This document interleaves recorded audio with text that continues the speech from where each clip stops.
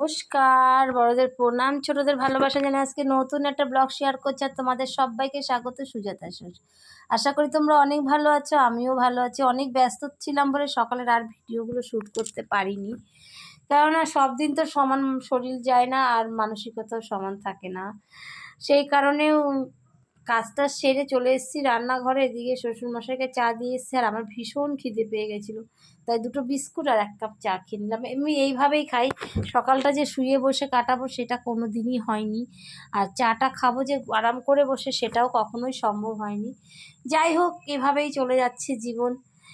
এইদিকে হচ্ছে শনিবারের ভিডিও, হবে হচ্ছে ফুলকপি আলুর ঝোল, তাই ফুলকপিটাকে একটু ভাপ দিয়ে নিচ্ছি। ওখানে তরকারি বসিয়ে দিয়েছি একটা,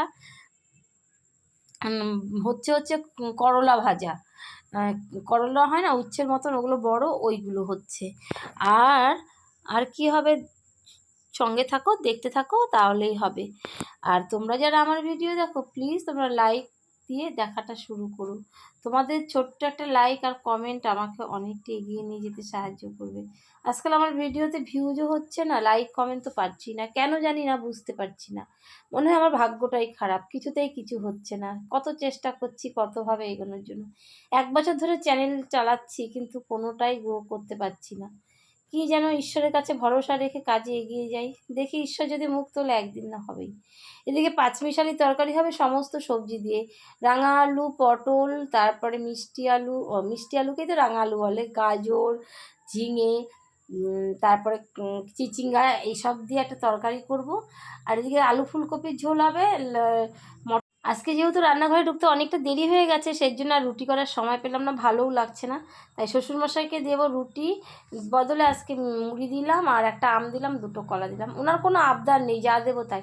এদিকে আলু ফুলকপির ঝোল বসিয়ে দিয়েছি, আর এদিকে মটর ডাল হচ্ছে। যেহেতু আমরা কাঁচা লঙ্কাটাই বেশি খাই, সেই জন্য অত লাল টকটকা ঝোল হয়নি। তোমরা কিন্তু দেখে বলো না কি সাদামাটা আর ম্যাড়মেড়ে খাওয়া দাওয়া করে, কিন্তু আমরা এইভাবে অভ্যস্ত কেন বলুন তো? বাচ্চারা ছোট, আর সবথেকে বড় কথা শ্বশুরমশাই ছোট, বয়স্ক। হ্যাঁ, অত বয়সের মানুষকে তো অত মশলাযুক্ত খাবার দেওয়া যাবে না, আর অত শুকনো লঙ্কা খাওয়াও ঠিক না। অত্যাধিক গরম পড়েছে, কাঁচা লঙ্কাটাই বেশি ফেভার করি। কখনো কখনো শুকনো লঙ্কার গুঁড়ো দিই না যে তা না, দিই। এদিকে দেখুন রান্নাবান্না করে আমি ঘেমে স্নান করে একাকার হয়ে গেছি। কি করব, রান্নাঘরে তো আসলে গরম লাগবেই, তার জন্য। আর আমার রান্নাঘরে ফ্যানের কোনো ব্যবস্থা নেই। সেই সকালবেলা যে আসি, ফ্যানের হাওয়া খেতে খেতে 11টা সাড়ে 11টা বেজে যায়। আর কাজে ঢুকলে, একভাবে কাজ করলে, তখন আর মনে থাকে না কখন ফ্যানের হাওয়া খাবো, কখন কী করব। এভাবেই চলে। সকাল কটায় ঘুম থেকে উঠেছি বলো তো? 5:30 নাগাদ উঠেছি। ওপরের কাজ সারতে সারতে অনেকটা দেরি হয়ে যায়। তারপর আজকে শনিবার, ময়লার গাড়ি আসবে, তাই ওপরের কাজ তাড়াতাড়ি সেরে নিচে চলে আসি। ময়লার গাড়ি দিয়ে ময়লার টয়লার সমস্ত যা যা থাকে সমস্ত দিয়ে স্নান টান করে পুজো দিয়ে তারপরে রান্নাঘরে ঢুকি। এদিকে দাদা এসেছে, বাবা ডাকছে, সুজাতা নিচে আসো। রান্নাবান্না কমপ্লিট করে বাসনটা মাজছিলাম, তখনই ফলের দাদা আসলো। আজকে প্রচুর ফল রাখা হয়েছে শ্বশুরমশাইয়ের জন্য, কেননা উনি তো মাছ মাংস সেভাবে খায় না, মাছ একবেলা 1 পিস খায়, তাই জন্য ওনাকে ফলটা বেশি করে দেওয়া হয়। উনি খেতেও ভালোবাসে। তুমি যে ফল দেবে, খাওয়ার কোনো অরুচি নেই। 1 বাটি ফল দাও, অন্য খাবার দিয়ে সেটাই খেয়ে নেবে।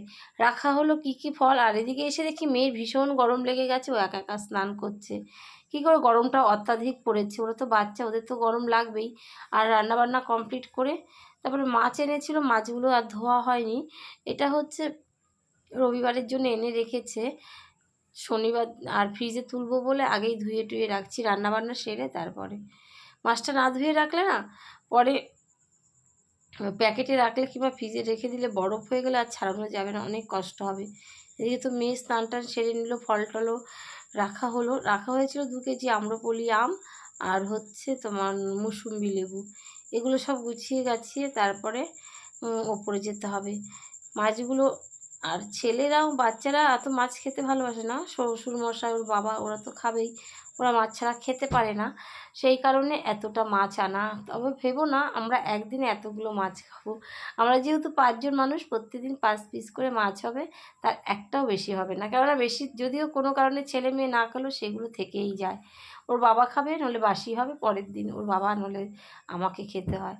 এদিকে তো মাছটা কেটে কুটে রাখলাম, ধুয়ে মুছে রেখে। আর বাসনগুলো ছিল, বাসনগুলো মেজে নিচ্ছি। এই কাজকর্ম সেরে যাব হচ্ছে বাপের বাড়ি। হঠাৎ খবর এসেছে, যেতে হবে, ফোন এসেছে সেই কারণে। আর বাচ্চারাও অনেক দিন যায় না, গরমের ছুটি কেটে গেল, স্কুলও খুলে যাবে, সেই কারণে একটু ঘুরে আসুক, তাহলে ওদের ভালো লাগবে। এই যে আমগুলো দেখুন, ভালোই হয়েছে ন্যাংরা আম এগুলো। এখন তো আর হিমসাগর সেভাবে আম মার্কেটে আসেনি, এবার তো আম হয়নি, এগুলো তো সব বাইরের আম, লোকাল আম মোটেই নয়। আর কতগুলো মুসুম্বি রাখা হয়েছে। যদি মুসুম্বিগুলো মিষ্টি হয় তবেই আমি খাবো, নাহলেও মেয়েকে রস করে দেবো। ছেলেও খেয়াল খুশি খায়, ওর বাবা খাবে আর শ্বশুরমশাই খাবে।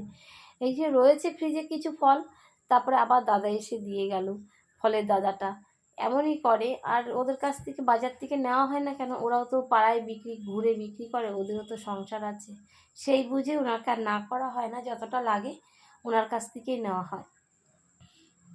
আম ছিল 6টা আম, 2 কেজি। আর যেহেতু এই আমগুলো একটু সাইজে বড়, সেই কারণে জানি না খেতে কেমন হবে, এখনও খাওয়া হয়নি, একটু শক্ত শক্ত রয়েছে। দাদা বললো 2 দিন পরে খেও, ঘরে রেখে খেও, সেই কারণে। আর আমরা এত সংসারে খাটি, খাটতে খাটতে যদি ক্লান্ত হয়ে পড়ি, কেউ বলবেন একটু বিশ্রাম করো, যেহেতু কেউ নেই, সংসার একা, সংসার এক হাতেই করতে হয়, সেই কারণে। এই যে রান্নাবান্না করেছিলাম, সব খাবারগুলো একটু কেটে রেখে দিচ্ছি। একেবারে রান্নাবান্না করে গা ধুয়ে গোপালকে জল মিষ্টি দিয়ে মেয়েকে পড়াতে বসবো। মেয়ের যেহেতু আবৃত্তির ক্লাস আছে, নাচের ক্লাস করে এসছে, নাচ প্র্যাকটিস আছে, এই তো চলছে সংসারের কাজ। হ্যাঁ, হাত পা বুকে নিয়ে বসে থাকলে সংসার কিন্তু অচল হয়ে যাবে। তাই যতক্ষণ দেহে শ্বাস আছে ততক্ষণ আস, তুমি যতক্ষণ খাটবে সংসারে ততটাই লাগবে। আর যদি শুয়ে বসে কাটাও তাহলে শুয়ে বসেই থাকবে। সেই কারণে আর শুয়ে বসে কাটানোতে পারি না ভাই, কি করব, এভাবেই জীবন কাটছে। আমার মতন একা যারা, তাদের প্রত্যেকেরই তাই। আর এদিকে লিকুইডটা দিয়ে গ্যাসটা মুছে নিচ্ছি। দেখো, দিনে সারাটা দিনের 24 ঘন্টার মধ্যে রান্নাঘরে বেশিরভাগ সময় কাটাই। কতক্ষণ আর শুয়ে বসে বিছনার মধ্যে কাটাই বলো? বেশিরভাগ সময়টা তো রান্নাঘরেই কাটাতে হয় প্রত্যেককে। এখন এসেছি 7টার সময় এসেছি রান্নাঘরে, এসে রান্না বান্না করে গুছিয়ে গাছিয়ে যেতে যেতে অনেক সময় হয়ে যায়। এভাবেই চলতে থাকুক। জীবন মানেই পরিশ্রম, আর পরিশ্রম না করলে জীবন থেমে থাকবে। আর পরিশ্রম না করলে না, দেহে না, শুয়ে বসে খেতে খেতে গায়ে অনেক ধরনের বিভিন্ন রকমের রোগে দেখা দেয়, সমস্যাও হয়। তাই করছি ছেলেমেয়ের কথা ভেবে, সংসারের সবার কথা ভেবে, না করে উপায় নেই। যেহেতু ঘরে আমার কোনো হেল্পিং হ্যান্ড নেই, আমাকেই করতে হয় এরকম বেশিরভাগ। তবে কজন মানুষের মেয়েদের শ্বশুরবাড়িতে হেল্পিং হ্যান্ড থাকে বলুন তো? সবাইকে একাই করতে হয়। যারা সার্ভিস ওম্যান, তাদের সংসারেও কিন্তু একা একা অনেককেই করতে হয়, কাজের লোক থাকলেও হয়তো বাসনটা মেজে দিয়ে গেলো, রান্নাবান্না ঝক্কি সামলে তারপরে বেরোতে হয়। ওদের জীবনটাও তো অনেকটা কষ্টের বলো। আমরা যেমন ঘরে থেকে কাজ করি, ওরা বাইরে থেকে সংসার সামলিয়ে যায়। হ্যাঁ, আমরা যদি কিছু পারতাম তো ভালোই হতো, আমরা তো কিছুই পারি না, শুধু পারি খেতে আর ঘরের মধ্যে থাকে, তাই মনে হয়, কিন্তু তা নয়। অনেকে ভাবে হয়তো যারা হাউস ওয়াইফ সারাদিন বাড়িতে থাকে তাদের অনেক আনন্দের, অনেক ভালো, কিন্তু একদম নয়। তুমি দেখো ভালো করে, সারাদিন বসে সংসারে থাকবে না, একটা দিন পরে এসে দেখবে বাড়ি ঘরের কী দশা হয়। সেই কারণেই বন্ধুরা, তোমরা যারা আমার ভিডিও দেখতে ভালোবাসো, যারা দেখো, তারা কিন্তু প্লিজ একটা লাইক আর কমেন্ট করতে ভুলো না। আজকাল তোমরা লাইক কমেন্ট কিছুই করছো না। তোমাদের ছোট্ট একটা লাইক কমেন্টে কিন্তু আমরা অনুপ্রাণিত হই, উৎসাহিত হই। আর তোমাদের ছোট ছোট ভালোবাসা আমাদের এগিয়ে নিয়ে যেতে সাহায্য করবে। তোমরা যতক্ষণ আমাদের পাশে না থাকো, তাহলে আমাদের চ্যানেলটা দাঁড়া করাতেও পারবো না। এই হচ্ছে পরিস্থিতি। মেয়েদের জীবন খাটতে খাটতেই শেষ হয়ে যাবে।